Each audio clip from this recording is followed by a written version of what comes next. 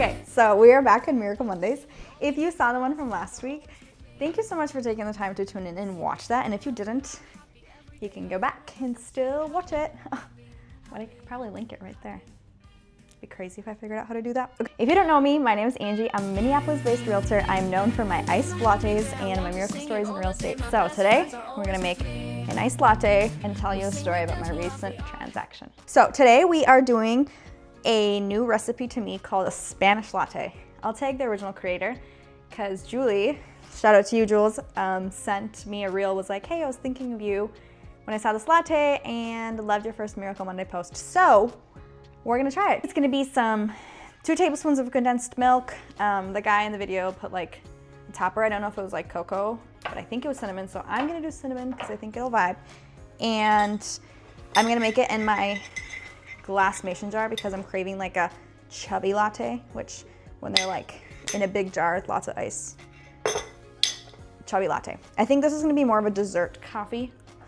That's the coffee we're gonna make today, and I'm gonna tell you a story that hits like so close to home. I haven't really shared much about the story because when something is like super important to me or like super precious, I tend to not post about it because I feel like it like cheapens the story when you just like release it on social media and people are just like scrolling. And so like I hold it so near and dear to my heart, but I feel like just actually making a video, I'm gonna try to keep this under 10 minutes. We're gonna start making this latte. My little frother broke, so I'm gonna whisk it. But first I have to go pull a fresh shot of coffee, so I'll be right back. Okay, here's look at the crema in this shot. Okay, so this story, like I said, hits really close to home. Because it involves my parents, it's something that I was praying for a really long time. Because like 10 years ago, I asked my dad if he could do something. Like he faithfully had like a painting company, but he never really enjoyed it. He just did it to provide. And so I asked him once, I was like, Dad, if you could do like anything, like what do you think the Lord like created you for? Like what brings like passion and fire into your soul? And they had built our house, but the house that I grew up in was always supposed to be an investment property. And they like were building it from scratch, and we lived in a small house in Savage. And I have to be careful with the details because that's where it gets long. But I asked him once, like, if you could do anything, and he said, like, I would build again. We ended up moving into the house because the recession happened and they couldn't sell it because it lost half its value basically overnight. And so the realtor was like, don't sell it now, just hold it. And I mean, looking back now, it was like totally God, because that's how we ended up in Shakopee and all this other stuff, right? But I've noticed this thing about God, like when you are really like praying for something and something's like really important to you, a lot of times the Lord will, the solution to the thing that you're praying for, he'll use you in it because your heart is just so filled with like love and compassion and intercession. And so I've been interceding for my dad to be able to like get back into like the building space. Recently we started talking about getting investment property, what it would look like, how to finance. We did their like strategies, helped them set things up, like how to finance it. And one day I get a call from my mom and she was like, Ange, I'm coming home from work. I drove past this property. There's a sign. Can you please look it up? I look it up. I sent them the information and they're like, okay, we need to go see it. And we booked a showing. We show up. It was just like listed. It was across the church that I grew up at, which again is significant because land carries meaning and significance. And so we go, we see, we love it. While we're there, other people are like booking showings and I'm like, hey you guys, if you want to submit an offer, then we need to do that because it's gonna go pretty quickly. We like walked into this property, like felt the woman who lived. You could tell she was just like a woman of peace and she loved this home. It literally felt like walking into like a 70s time capsule because it was like all original things, but it was so well kept. And I walk into a lot of older homes and this one was just like in pristine condition. Like it needed like cosmetic renovating, but just super awesome.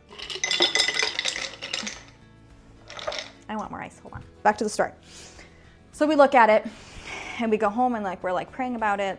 The key moment of this is my mom's like a gut person, right? And so she walks into this property and she looks at me and my dad and she goes, Я уже почувствовала, что это мой дом. Like I already felt like this is my house. And like if you know my mom and she says that, like this is our house. So we put in an offer and I get a call from a listing agent that we're competing and it's a multiple situation.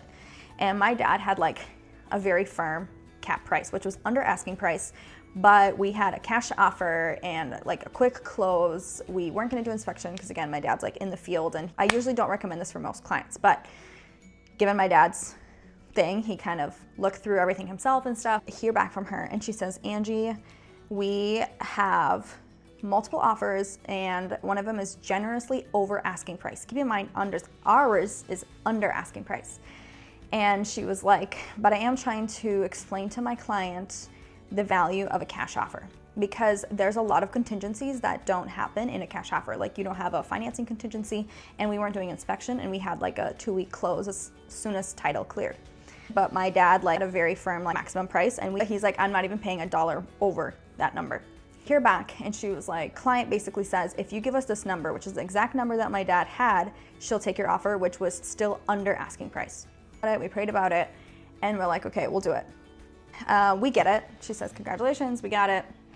Offer accepted, and we're heading towards closing. Every one of my buyers usually has like a thing, and that thing is hard to describe. It's usually either a feature of the house, it's something that like confirms to them like the house is like the house, you know?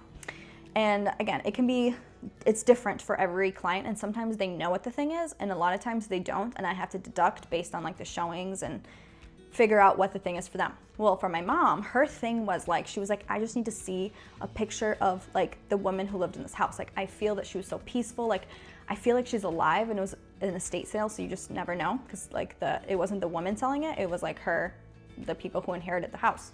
Anyways, so fast forward, we're nearing to closing, and my mom's like, I just need to know who lived there, whatever. My mom was a massage therapist in Shakopee for like 10, 15 years, whatever, long time.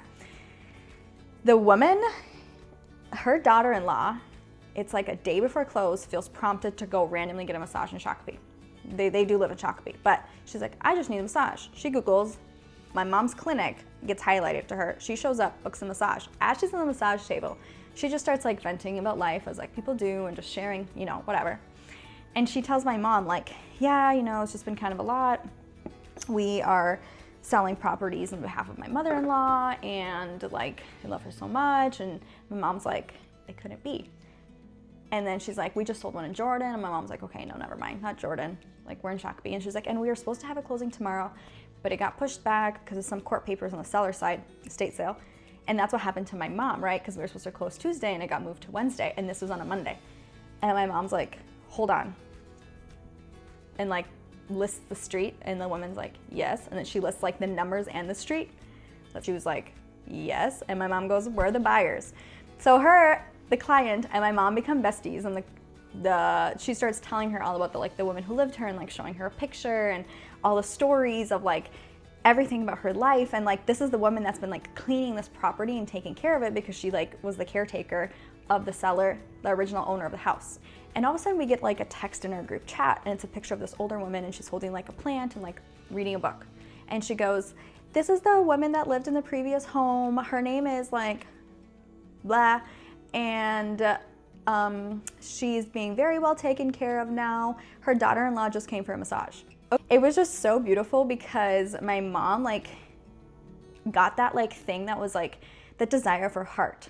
So what does this say about like just God in general? Like, these are like the moments where I sit back and I watch God be God.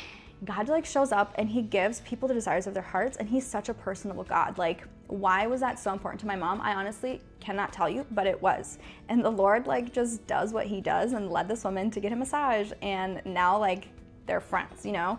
And it's just incredible, because it was a confirmation to my mom about this property, because like getting a home can be scary, and you don't know what's going to come up. Even if you do your due diligence and inspection, like you just don't know. And when you see like God's hand in moments like this, like you just know like, okay, he showed up, and like whatever you face in the future, you know, like, okay, God was in it, it's going to be okay. And you just know like his hand was in it from the start. And can you imagine what God's going to do with it if he was so involved from the start? So God loves his children, and he's the original story writer, and he's so creative, and no story is ever the same.